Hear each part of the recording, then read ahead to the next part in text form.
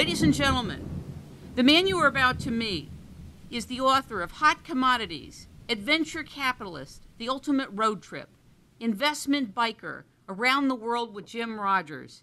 Recently, A Gift to My Children, A Father's Lessons for Life and Investing. He is not only known as a legendary investor, but he is considered the Indiana Jones of finance. But in my opinion, ladies and gentlemen, he is the Jonathan Livingston Seagull of finance and investing, because he chooses to fly in rarefied terrain and not follow the flock. This encompasses most of his life. Ladies and gentlemen, please welcome to its rainmaking time, Jim Rogers. Welcome to I'm delighted to be here. Let's make some rain. Let's make some rain. Well, the first thing I wanted to tell you was that I read both of your books, 2 of the 5, A Bull in China and Hot Commodities. And the first thing I wanted to do was to go into Hot Commodities quickly with you, because it was so startling that most of the world could miss all of the opportunities, an entire industrial complex of how the world works. And one of the things that made you so fascinated was commodities. How could most of the world misunderstand the world of things? Well, there were a couple of reasons. But first, I should say, periodically, the world has been most enamored of things, commodities. But whenever there's a bull market, they get very interested. It's like anything else. When there's a bull market in real estate, people are interested. When there's a bull market in shipping, people are interested. But commodities went into a bear market in the 80s and 90s, and so most people forgot about them, ignored them. Wall Street firms used to make about 30% of their income from commodities in the 70s. The bull market came, and so they closed down. All sorts of stories arose about how you always lose money in commodities, etc. So when commodities are hot, people get interested. But I like to find things that are not hot. I like to find things that are depressed and ignored. I often look at such things, and if I find changes taking place, I find opportunities, and I try to capitalize on those opportunities.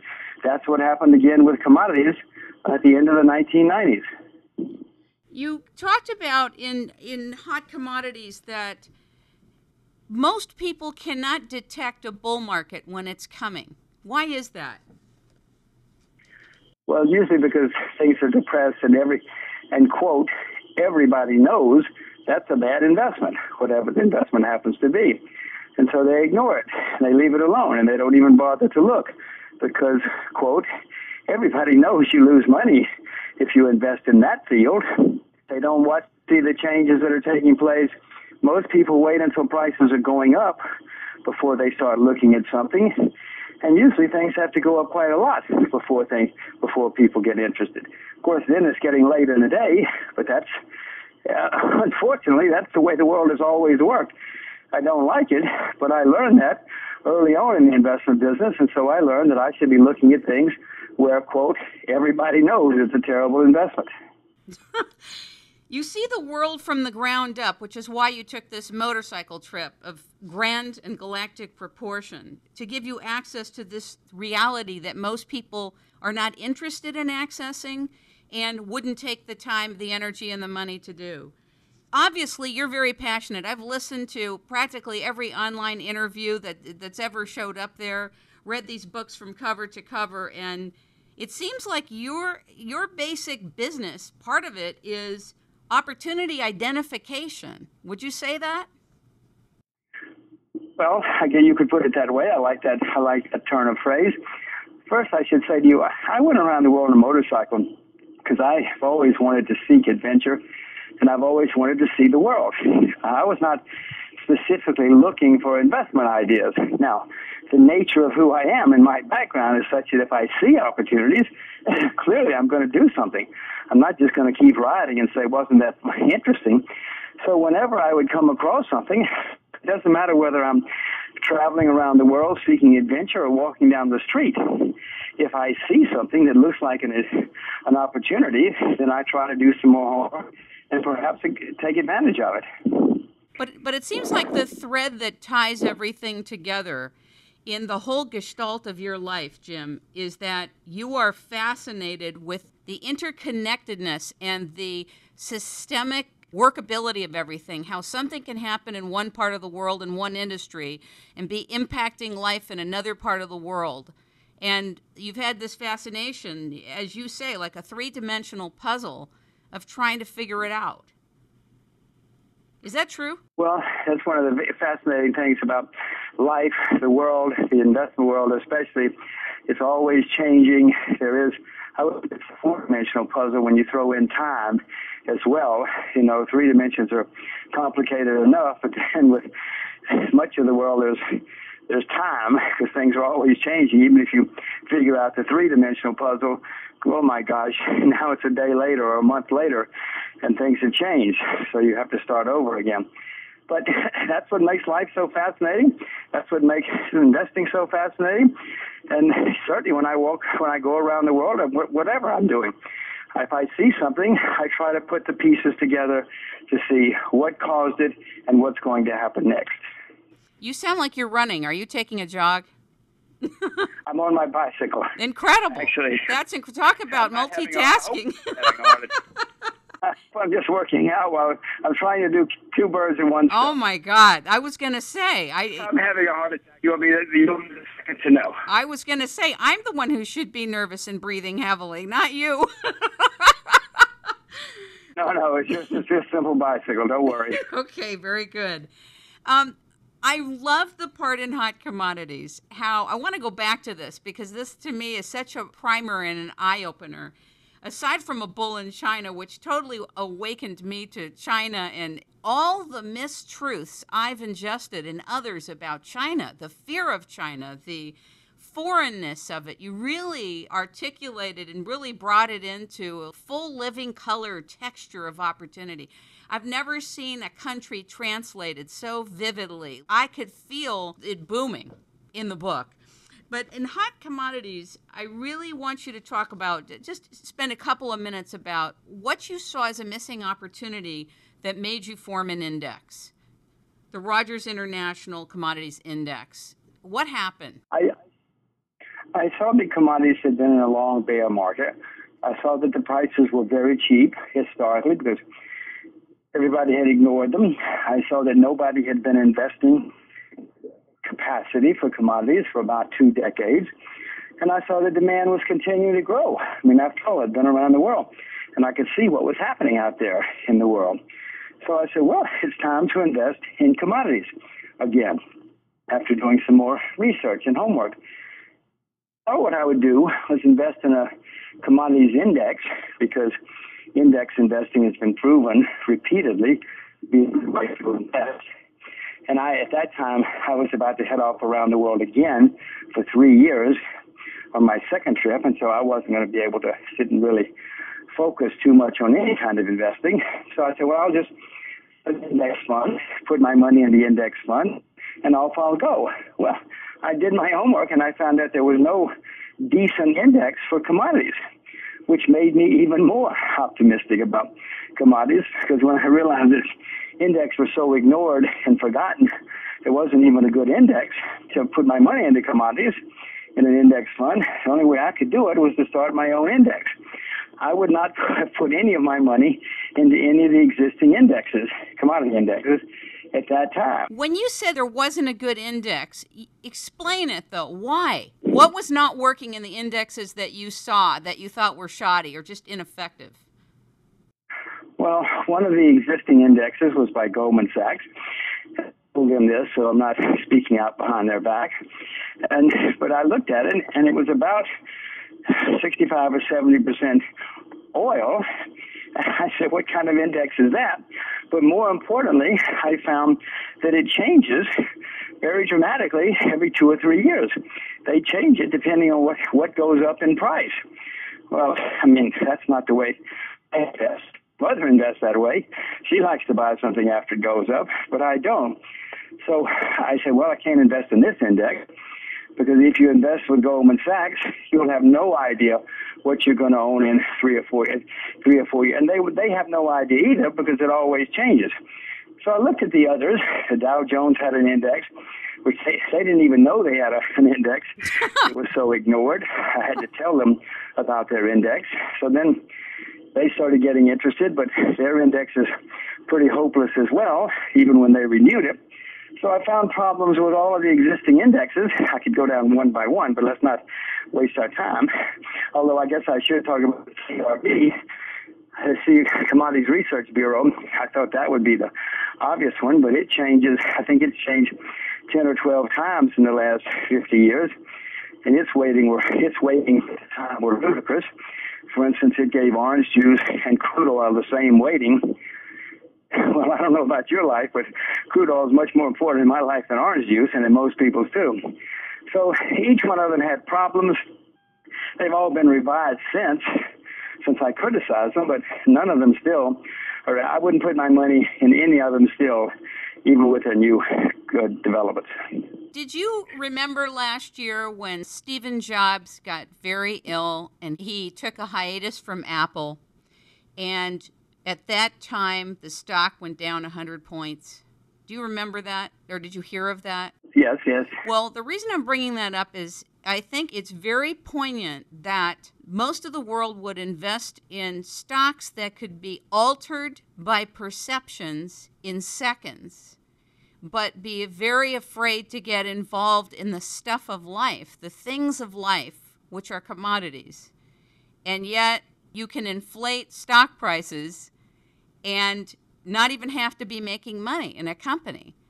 And so I'm just wondering if you think that there will be more receptivity in commodities given the state of the world now, particularly agriculture, mining, gold and silver, minerals, particularly now the state of the world. Well, there will be, as the bull market gathers steam, I assure you, once commodities continue going up, in 5-10 years from now, everybody will be buying commodities. But that's still a ways away. More and more people are buying, obviously. You make a very good point about stocks. You know, virtually none of us had a clue what a dot-com was or how it worked, but many people were pouring money into it. Even the chairman of IBM cannot fully understand IBM.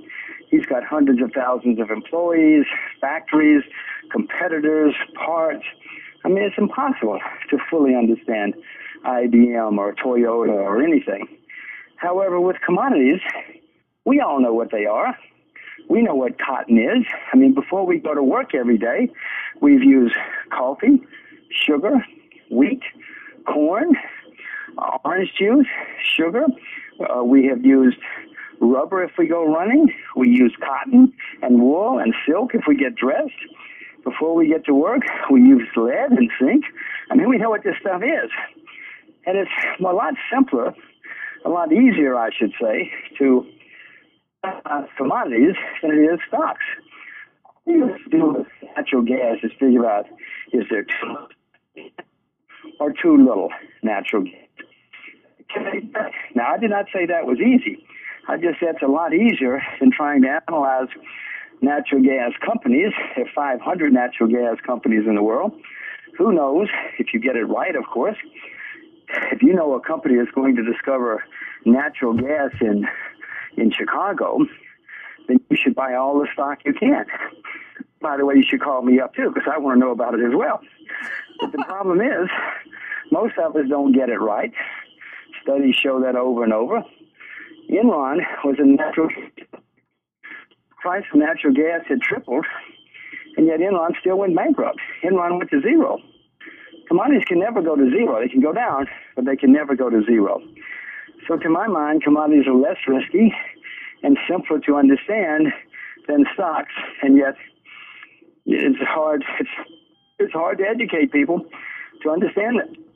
It seems also that there's a stigma surrounding reports of people losing all their money, which you talk about, the inflated stories, but also how people don't know what they're doing. They get in the field, they start leveraging, and they're not really educated on what they're getting invested in. And you hear these huge future losses. And so I think futures have been given a faulty perception. Well, they have, and as I said, it's partly because there was a bear market in the 80s and 90s. Many people left the business. Most stockbrokers are not even registered to deal in commodities. And so a lot of stories arise. And if you ask a stockbroker, he will, because he's not registered, he couldn't sell you a commodity if he wanted to, start telling you all the, the old stories about losing money. But you're perceptive. Most of the reason people lose money in commodities is because they buy by borrowing huge amounts of money. I mean, with commodities, you can borrow 90 or 95% against any position. Needless to say, when you borrow that much money, you better be exactly right, because if you're not, you're going to get wiped out pretty quickly. That's what happens to many people. Therefore, the stories arise.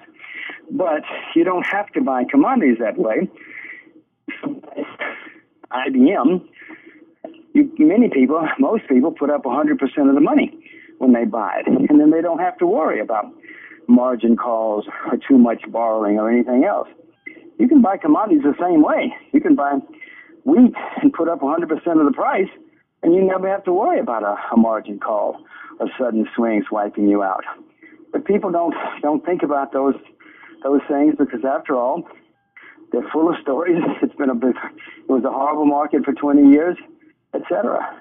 I have a question about a completely different area right now, having to do with this concept of special drawing rights that the IMF is now pumping out, and this call for super currencies. It's very disconcerting in a way, because we don't really know what the people in charge have in mind to do in terms of establishing a new reserve currency. And I know that the governor of the central bank in China had called at the G20 meeting, I think it was in April or March, for a new super currency, but to include Chinese currency, because right now the special drawing rights don't include the Chinese currencies. And I was wondering, A, what do you feel? What's your sense of these special drawing rights? Do you like them? Do you not like them? Are you concerned about them? And do you think that they're just another vehicle to print more money, so to speak? Well, first of all, you started off by saying central bank. Let me tell you, they don't know either. And even the ones that think they know don't have a clue. What they're doing has been demonstrated over and over by nearly every central bank in the world in the past 5 or 10 years. Actually, longer than that, but certainly in the past 5 or 10 years. The world understands we have a problem with the dollar, the U.S. dollar. We're the largest, America's the largest debtor nation in the history of the world, and the debts are rising, not declining. Everybody knows they've got to do something about getting rid of the dollar, because it's being debased at a rapid rate by the U.S. government. I mean, it's a conscious effort by our government. I hate it. I hope everybody hates it, because debasing your currency has never, ever been good for the long term, or has never been, and it never will be good in the long term or even the medium term. But it really doesn't matter what I think, because the governor, the head of the central bank in America, has said he is in favor of printing money, and he's doing so. So the rest of the world is worried, as am I, as I hope all of your listeners are. This is not going to work. Now, the Chinese did suggest looking at or considering special drawing rights. I don't think special drawing rights will work, because most people want something they think is real money. I don't think most people in the world are going to think special drawing rights are real money, and so they're going to be leery of using whatever this is the bankers tell them is now real money. I'm delighted that everybody's thinking about something else and looking for something else. I don't think that will work, but other people have suggested other things. Something does have to be done, though. We all know. The other disconcerting part of the special drawing rights are kind of two or threefold. One part is that there are a basket of currencies that can be changed in a moment, and so you really don't know. The value is ambiguous in what you're really dealing with, can be changed by the people who issue them or the agency that issues them. The second thing is about the special drawing rights is that I guess the IMF is being recommended to oversee the entire central banking system of the world. Everything, every transaction, everything that happens financially. And I was wondering where you're at with that, because that's deeply disconcerting to me, and I'm sure to others across the world.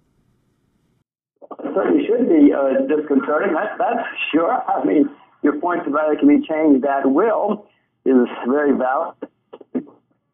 Investment want to have some idea of what they're investing in. You want to know what it's going to be in 3 years. You want stability. You want transparency. You want something that you know what you've got.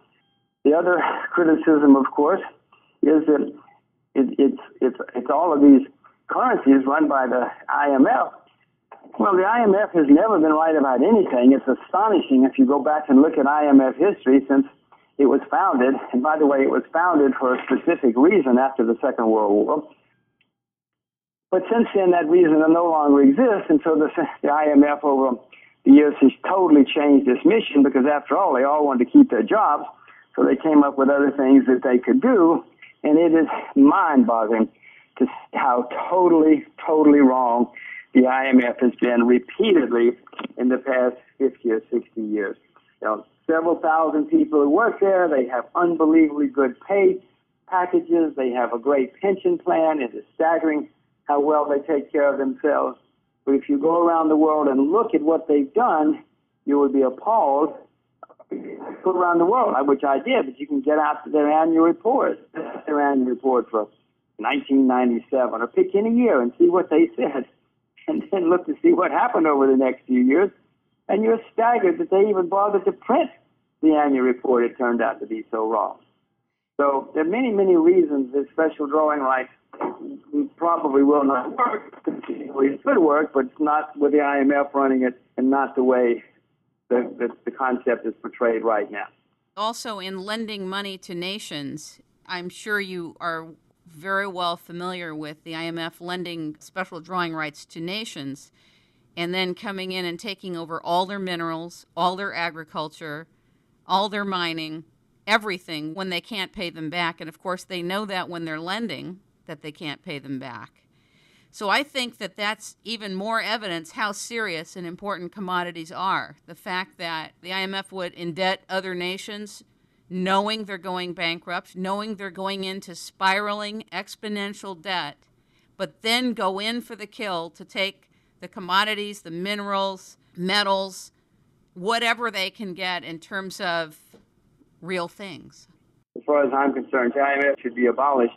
The world would be better off without the IMF, but and I've explained why. One of the other things you talked about was the very big concern about the fact that the supply in minerals like zinc and aluminum and other things often takes 10 years to bring to market, and there's shorter and shorter supplies. Can you explain that to audiences, what you're finding, what your research has been in your experience? Once someone opens a mine and starts mining, the reserves start declining that day because, you're digging the reserves out of the earth.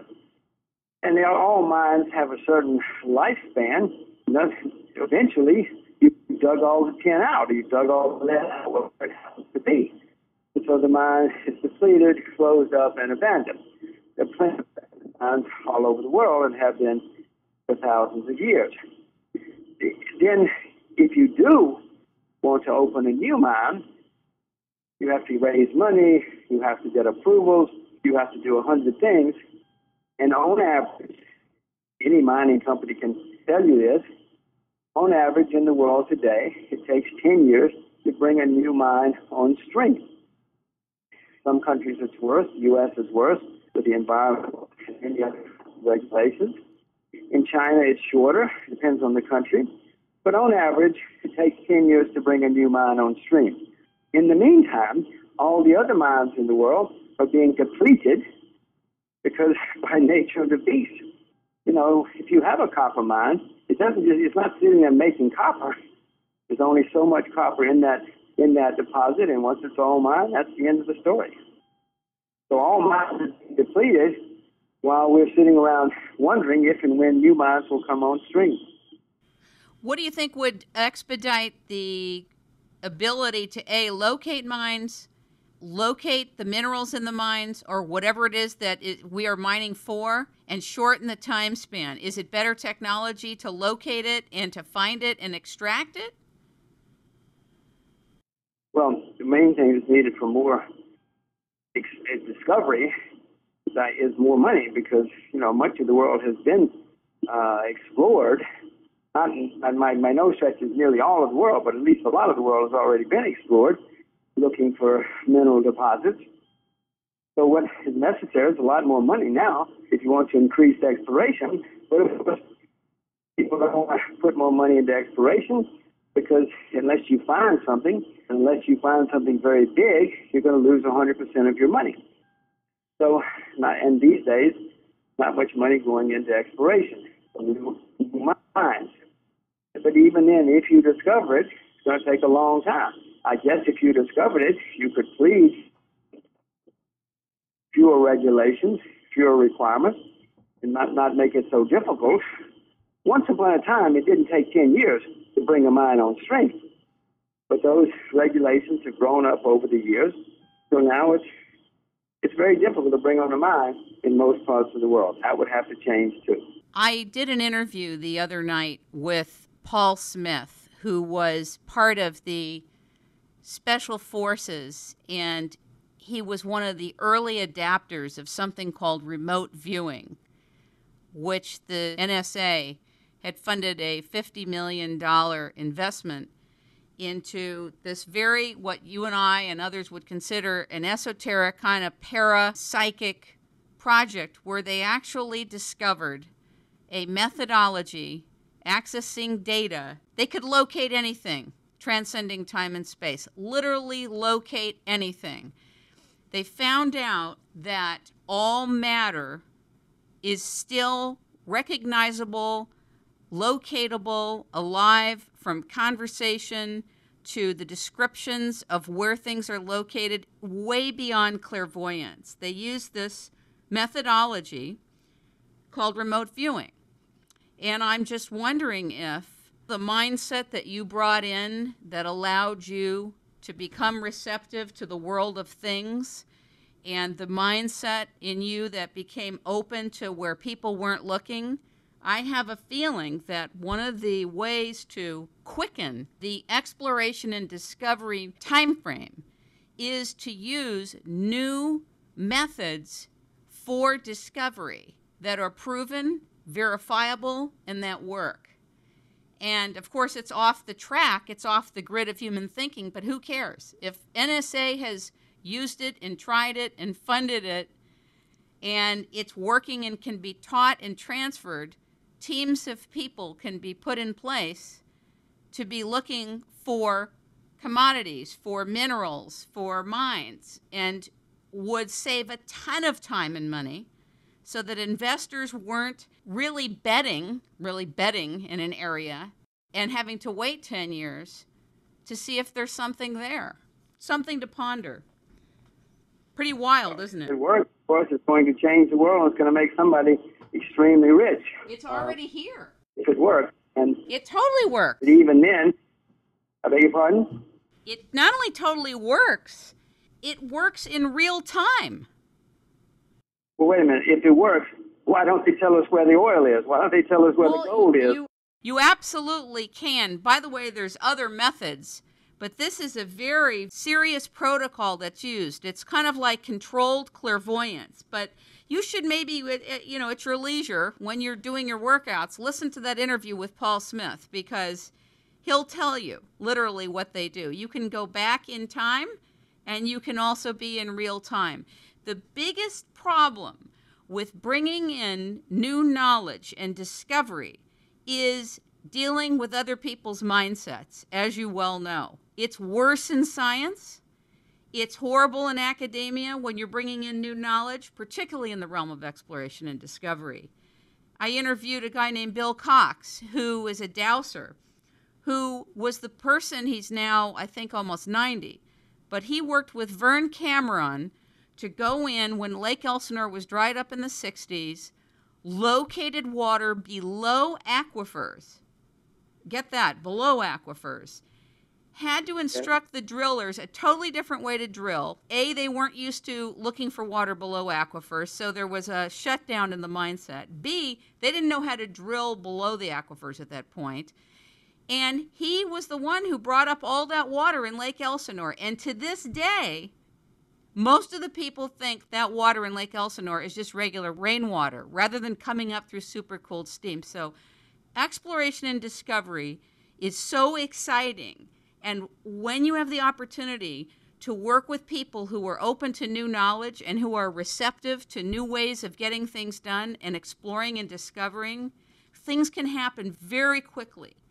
So I wanted to tell you about that just as part of whatever it is that you're doing, that the lag time between the investment in a mine and actually locating something can be totally minimized. Totally minimized. Something for you to ponder, and if you're interested, you can listen to the show with Paul Smith. He was part of the psychic espionage program called Project Stargate, and I think it would be interesting food for thought as a method that could be used for good instead of spending hundreds and thousands and millions of dollars on mines with this thing of waiting 10 years, which is a deterrent for investors. And most people want to invest short-term, unfortunately. They don't understand long-term investing, and they're not on board with long-term investing. But I think you're more rare in that way than most people walking the earth. We're in the now Pop-Tart society mindset. So I just wanted to share that with you as a thought. All right, that very few people are open to new methods or new thoughts of anything in the world. You must know that famous, what is it, the first when a new idea comes along, everybody ridicules it, laughs. First they ignore you, then they laugh at you and ridicule you, then they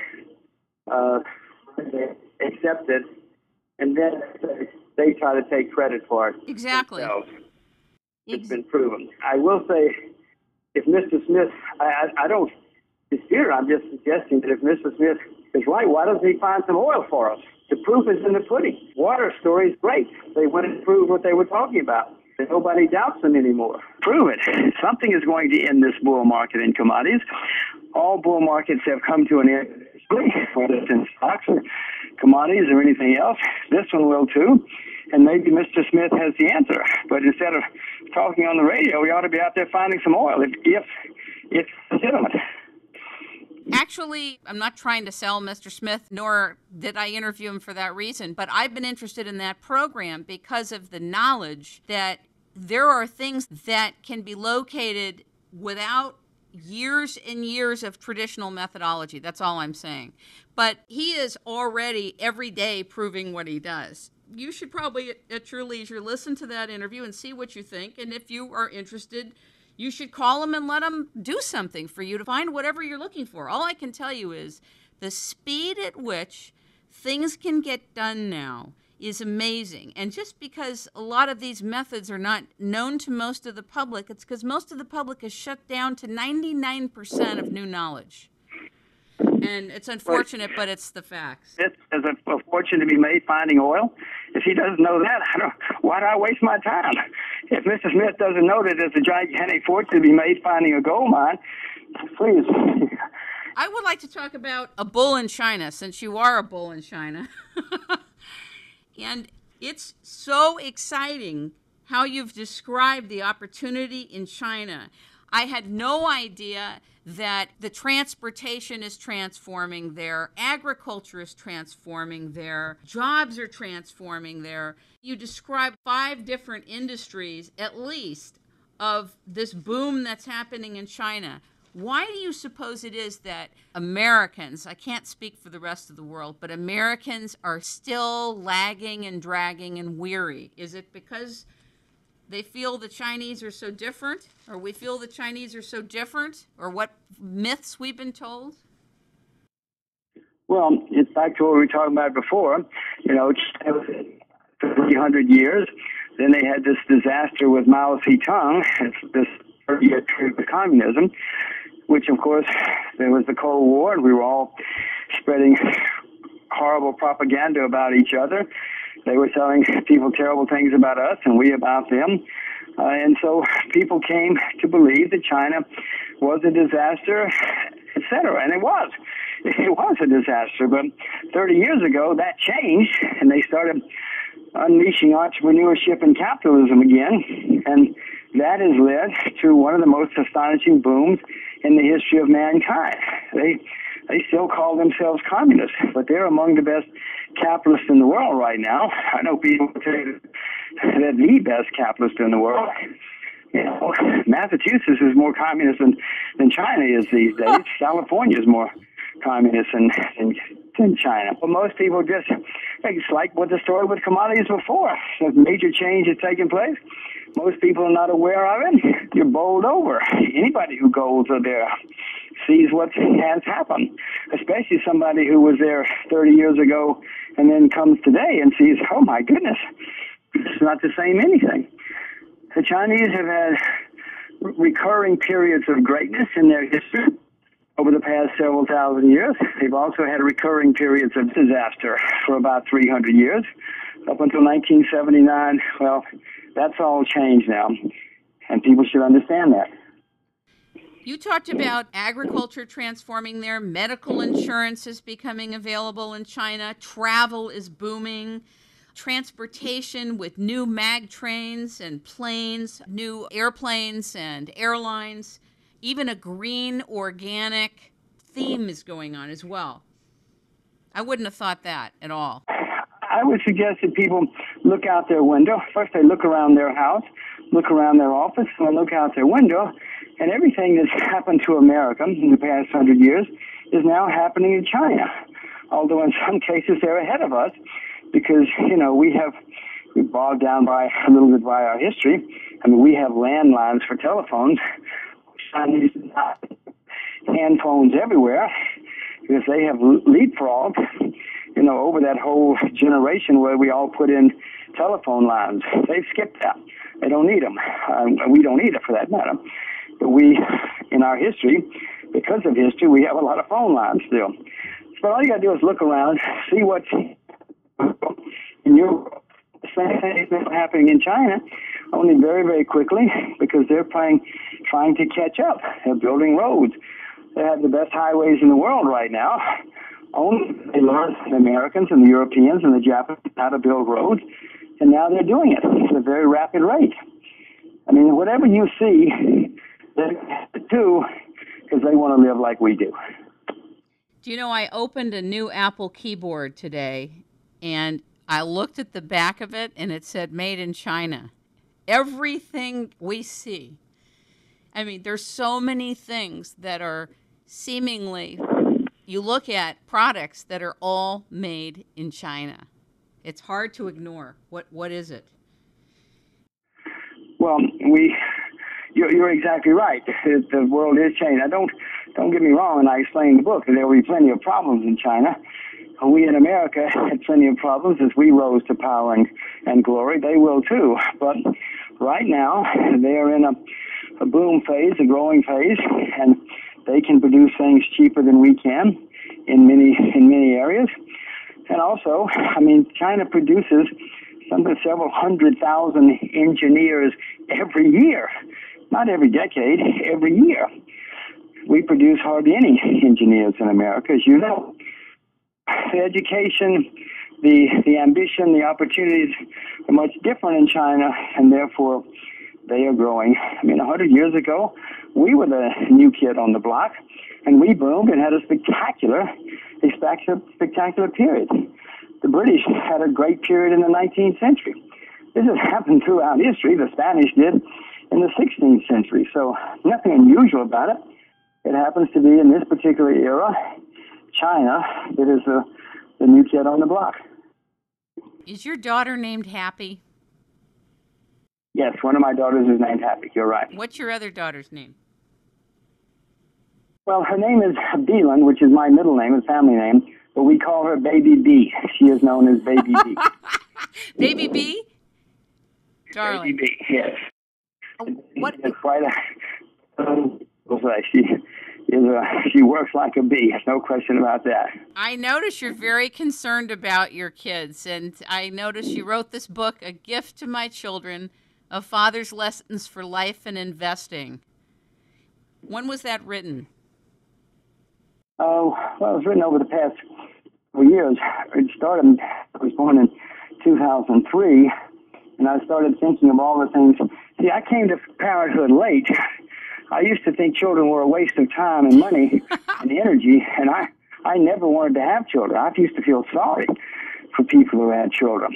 First, I should tell you I was totally dead wrong, completely wrong. These little children are so much fun for me. I cannot get enough of them 24 hours a day, 7 days a week. And I started, trying to teach them things and all the things that my parents had taught me and all the things that people should know. And then I started writing them down. The next thing you know, it turned into a book. That's awesome. I wonder if the people in finance are actually, because sometimes people get myopic in a certain industry and they only want to read things about how to make money. But I wonder how is it doing?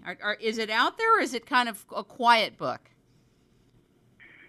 Well, it's been published in several countries. In Taiwan, it was the #1 bestseller of any kind for 7 weeks in a row. It hasn't done as well in America for some reason as in many other countries. I think that's because my publisher published it as an investment book for young people, which is totally not what it is, not at all what it is. So they mischaracterized it. But it's surprising enough, it's done much better in the rest of the world than it has in America. Well, I'm going to read it. It's one of the books I haven't read, and when I saw that, I thought, wow, I'll bet that book is coming from your heart, and you're probably speaking to your kids while you're writing that book, right? And thinking of them. Oh, yes. So I imagine it's the best. It's lessons I want my children to grow up with for life, and needless to say, investing is a large part of life, and if you learn many of the rules for a successful life, also carry over into investing. Be skeptical, don't follow the crowd, beware of the boys. All those rules that apply to life apply to investing as well. When you came to having children later in life and work, kind of astonished at how much fun you're having. Your days must be very different now, are they? Oh, yes. No, I spend as much time with these kids as I can. They're the focus of my life. I'm more interested in that than just about anything that you can imagine. Are you amazed that they've touched you the way that they have? Oh, yes. No, as I said, I used to not even notice children, or if I did, it was because they were bothering me. But now I notice, I understand my parents better. I understand there's a whole class of people out there that I never knew about before, known as parents. Well, I now understand them. I know about them. I see them. I observe them. I observe children all over the world now. But these were things that I did not know or care about 2 years ago. I mean, not 2 years ago, 6 years ago, 7 years ago. Now I'm consumed by it. I'm like a lot of people who convert to something.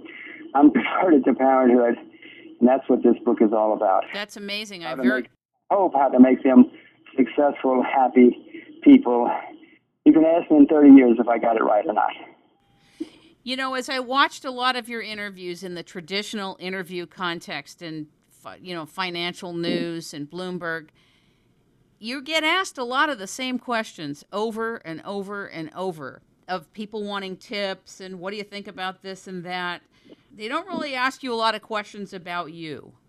And I see in your interviews that you're very passionate and you're very connected to what you're talking about. You can even see when you're getting upset and you're getting frustrated with the interviewers or the people that are asking you questions or people that aren't really getting it, what your mindset is, what your message and your teaching is. So parenthood has to be altering the course of your life and your destiny. Is it hard to travel now for you? Oh, no. Someone told me the other day that life begins when you have children. I will have to say that that's true. I'm still extremely interested in the world, extremely interested in adventure, extremely interested in investing, but my main focus now is these little children. Awesome. I still do invest, needless to say. I have to pay the rent somehow, and so I am attentive and looking at things, but I do have to worry. I do worry more about them than most things now. It's a very different world than it even was 50, 60 years ago. For me, and it is for these little, the world in which they grow up is going to be totally different. But and we're going to have to stop soon because I'll fall off this bicycle. But if you look at any decade, you pick a decade, 1980, okay, and then look at what happened, how the world changed over the next 10 or 15 years. Pick any year, 1900, doesn't matter, 1990. The world and what we knew in 1990 is so totally different now from what we all in 1990 or 1970 or 1980. And that's one of the things that I'm trying to relay to these little girls in this book and in their lives, because I know that the world in which they grow up, the world over the next 80 years is going to be so different from the world that we knew over the past 80 years. I am going to read your book, and I would like to invite you back after I read your book to talk to you about A Gift to My Children, A Father's Lessons for Life and Investing. Well, I hope so. But in the meantime, let's stop. Otherwise, I'm going to fall off the bike. Well, I want to thank you. Thank you so much, Jim, for making time available on a Sunday morning in Singapore while you're riding your bicycle. Stationary, I hope. Stationary, yes. God bless you. Thank you so much. I'll send you a link to the show. Many blessings. Bye-bye. Bye, Jim.